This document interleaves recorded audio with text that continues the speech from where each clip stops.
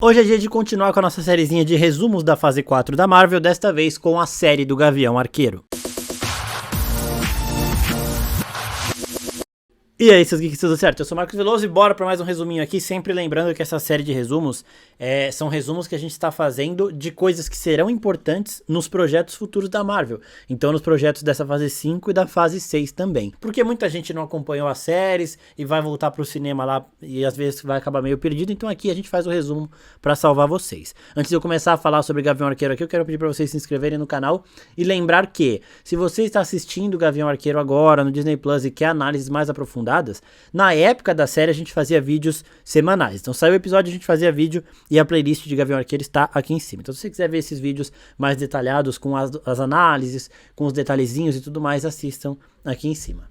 Então hoje a gente vai ressaltar um ponto importante e 5 personagens que vão voltar ou que tiveram seus arcos um pouco mais explorados, começando com o ponto importante aqui de Gavião Arqueiro, é que ele estabelece muito bem a Marvel urbana, né? Um lado da Marvel que vai ser muito mais explorado agora com o Homem-Aranha e com o Demolidor. Ele é muito bem introduzido aqui, mostrando que existe sim uma sociedade criminosa por baixo dos panos que vai cuidando, que vai regendo Nova York, né? Então esse é um problema que ele foi iniciado na série do Gavião Arqueiro e que vai ser mais explorado nessas outras produções que eu falei. Agora, falando dos 5 personagens, a gente começa com ela, Kate Bishop. Futura líder dos Jovens Vingadores, Kate é apresentada com um passado semelhante aos de Kamala Khan e Peter Parker, no sentido de venerar um dos Vingadores e crescer se inspirando nesta pessoa. Se Kamala ama incondicionalmente Carol Danvers e Peter Parker idolatra Tony Stark, Kate se espelha muito em Clint Barton, já que durante a Batalha de Nova York foi ele quem a salvou de um ataque iminente dos Chitauri.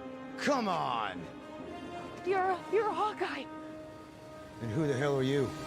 O bom aqui da série é que a gente vê a gradual evolução da Kate enquanto o Clint vai confiando cada vez mais em sua nova aprendiz, e é sempre bom reforçar que ela não é a filha do Clint. Então, desde quando a série lançou, a pergunta voltava toda semana: ué, mas não é ela a filha do Clint? Não, gente. A filha do Clint, que tava lá treinando arco e flecha lá no comecinho de Ultimato, não é a Kate Bishop. Ela não vai seguir os passos do pai e virar uma super-heroína. O arco é simplesmente o hobby da filha do Clint. A Kate Bishop não tem nada a ver com ele de sangue, assim, não tem conexão nenhuma. Ela simplesmente era uma fã dele. Então é exatamente isso que eu acabei de falar. A relação dela com o Clint é a mesma relação que o Peter Parker tem com o Tony Stark, de fanatismo mesmo. E o legal dessa série é que eles têm um flashback, sim, da Batalha de Nova York de 2012, que mostra a Kate Bishop ali em um ponto central da batalha, prontinha pra tomar um ataque de um Chitauri, quando o Clint acerta aquela flecha, que é um dos momentos também que Vingadores deu bem foco no Clint, né? Que ele tá em cima do prédio, ele mira, acerta a flecha assim, a nave dissolve.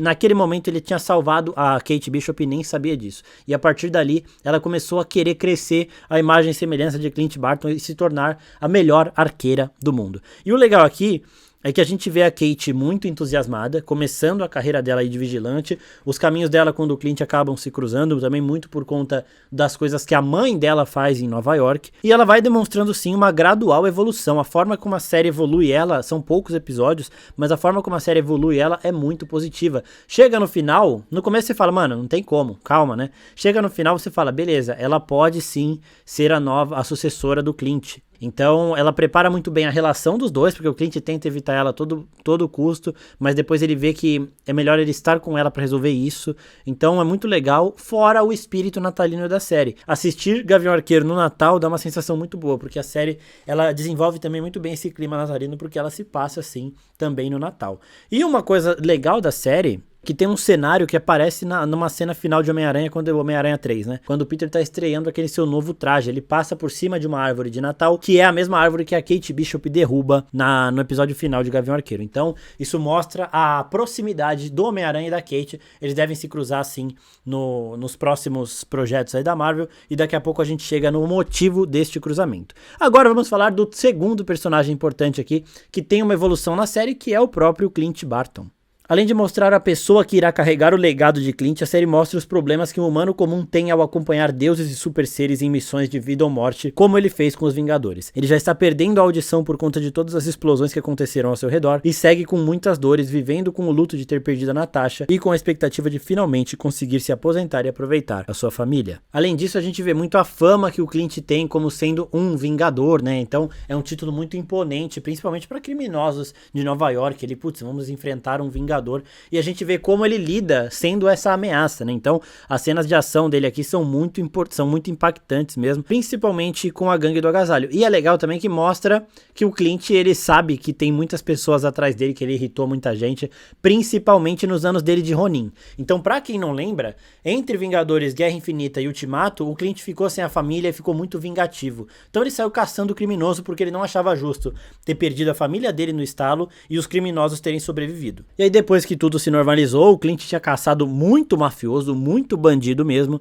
e aí, quando essas gangues se reestabeleceram e as pessoas voltaram do estalo, as que tinham sumido voltaram, o Clint virou um alvo gigantesco, muito por conta dele ser o Ronin, né, dos anos que ele viveu como Ronin, justamente caçando os criminosos. Ele só fazia isso, inclusive uma das ótimas cenas ali de Ultimato é com ele ali enfrentando a Yakuza no melhor estilo de espadachim ali, sensacional.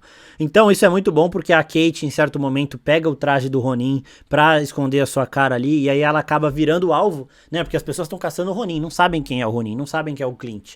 E aí ela acaba virando alvo, e aí o Clint tem que protegê-la e mostra o peso de usar o traje, ela vai entendendo as responsabilidades e os riscos de ser uma vigilante. Então a relação dos dois é bem legal, e é muito boa a forma que a série aborda esses anos que o Clint passou como Ronin, como um vigilante sanguinário extremamente amargurado. É muito bom como isso volta aqui e como isso mexe com ele também, né? Não é que ele se arrependa de tudo que ele fez, mas ele sabe que ele virou um alvo muito grande por conta disso, e a família dele também não está salva. E falando em família dele, a Linda Cardellini, que é a esposa dele, a gente descobre que ela era uma agente da SHIELD também. Ela tem lá a sua inteligência, ela tem lá as suas técnicas também pra identificar as pessoas que estão atrás do Clint, ela sabe muita coisa. Então é legal, porque o Clint já havia falado que ele conheceu ela e que o Nick Fury ajudou a esconder a família, e a gente aqui aprende que ela também era uma agente da SHIELD. Então é muito bom também a forma como eles tratam não só o Clint, como a esposa dele. Thank you.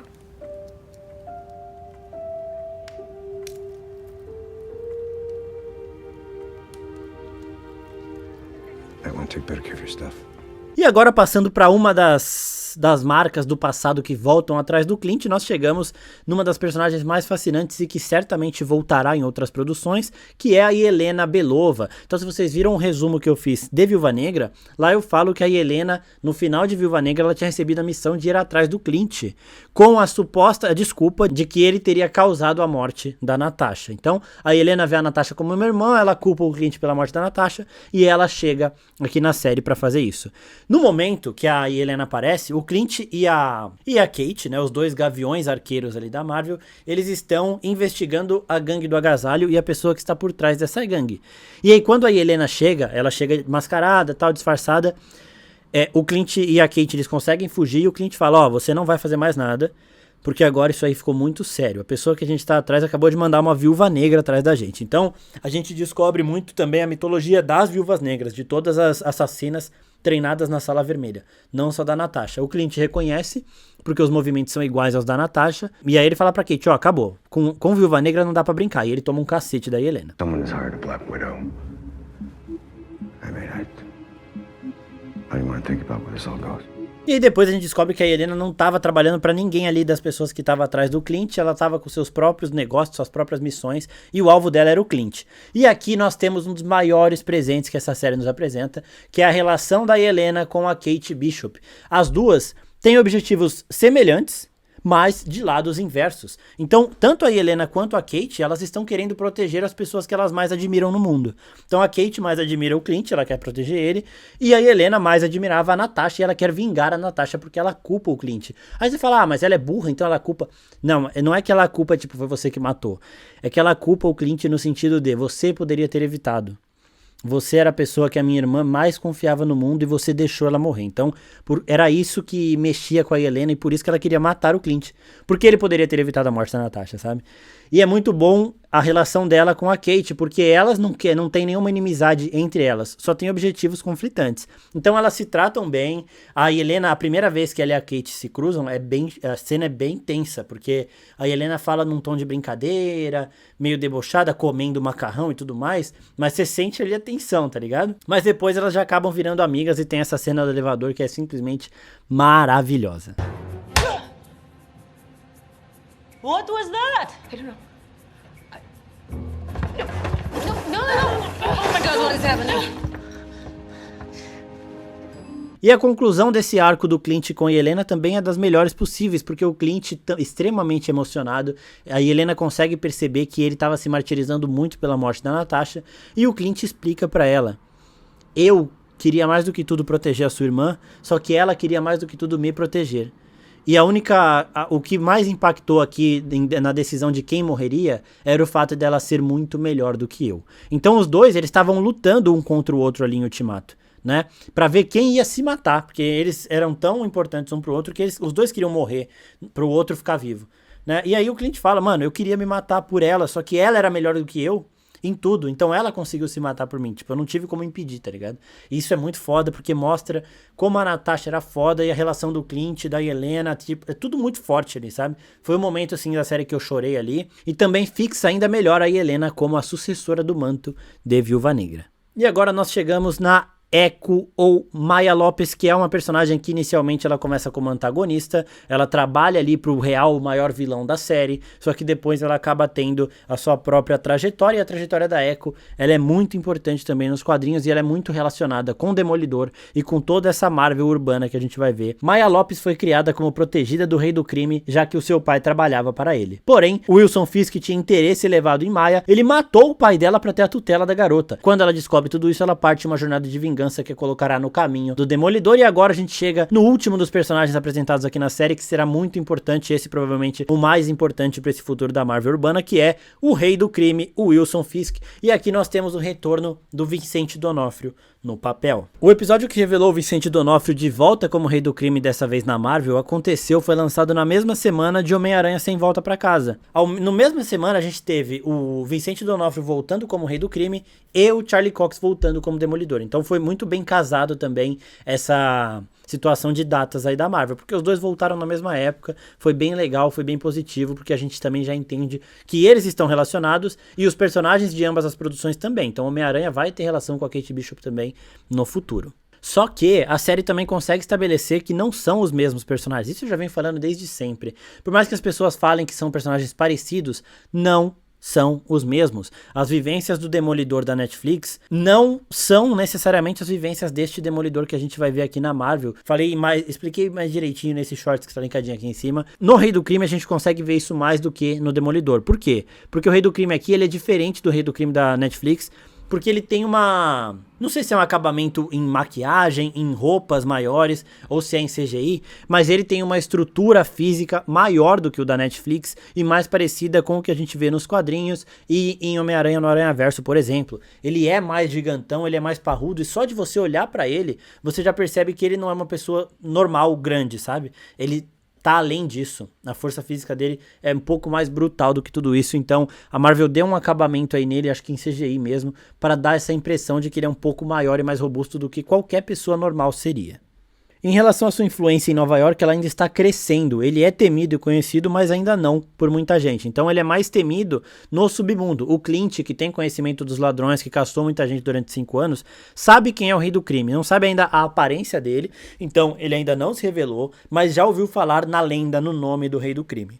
E isso também acontece com a mãe da Kate Bishop, que trabalha com essas pessoas do submundo do crime de Nova York. Ela também teme o Rei do Crime, e aí quando ela vê que a Kate tá em perigo e tudo mais, ela tenta abandonar o negócio, e isso acaba dando uma intensificada no conflito da Kate e do Clint com o Rei do Crime, porque ele não quer deixar a mãe da Kate sair, né? Porque ela é uma boa parceira, né? Ela não trabalha pra ele ali, eles fazem ali uma parceria, uma mão lava a outra, porque a mãe da Kate, ela tem uma empresa de segurança em Nova York e tudo mais, e quando ela quer sair, o Rei do Crime fica puto. É uma boa introdução também para o personagem, e ele sim será o vilão principal do futuro dessa Marvel urbana. Então Homem-Aranha, Demolidor, vai todo mundo enfrentar o Rei do Crime inicialmente, e com o Rei do Crime você também traz outros vilões que são contratados pelo Rei do Crime. Então, por exemplo, o Sexteto Sinistro nas HQs, ele chega a ser contratado pelo Rei do Crime para vencer o Homem-Aranha. Então, além dele ser essa ameaça física muito forte, ele ainda tem essa capacidade de contratar outros vilões para caçarem esses vigilantes. Aqui vemos um Rei do Crime ainda em ascensão, diferente do já muito consagrado Wilson Fisk da Netflix. Sua resistência é muito bem aproveitada, já que a Kate o combate com uma bomba e outras lesões que matariam um ser humano comum, mas que apenas incomodam esse gigante. Os finais de Wilson Fisk e a Maya Lopes, a Echo, se confrontam no último episódio episódio, com a conclusão caminhando para a adaptação de outro momento importante do Rei do Crime nas HQs, um que ele fica cego após levar um tiro no rosto. Maya, por sua vez, dá o tal tiro e foge em busca de se descobrir e de aprender mais sobre o seu passado. Isso também foi muito importante, eu falei muito ali na época que a série já tava lançando, né, na época do último episódio, porque quando acabou o último episódio de Gavião Arqueiro, muita gente falou, nossa, mas já mataram o Rei do Crime, nossa, mas nerfaram o Rei do Crime, e não teve nada disso, gente. O Rei do Crime, ele apanhou muito da Kate, como eu disse, a Kate, ela avançou muito, ela demonstrou que ela pode sim ser uma ótima vigilante, e ela usou bomba, ele foi atropelado, aconteceu tudo com aquele cara e ele continuou vivo, tá? Ele subestimou a Kate, por isso que ele foi vencido, ele não foi derrotado, ele não foi morto, ele foi vencido, explodiu bomba no cara e o cara continuou em pé, não sei o que o pessoal tava reclamando, tá ligado? Ele é esse tanque indestrutível aí que explode bagulho nele e não acontece nada. Então, a ameaça foi bem apresentada aqui.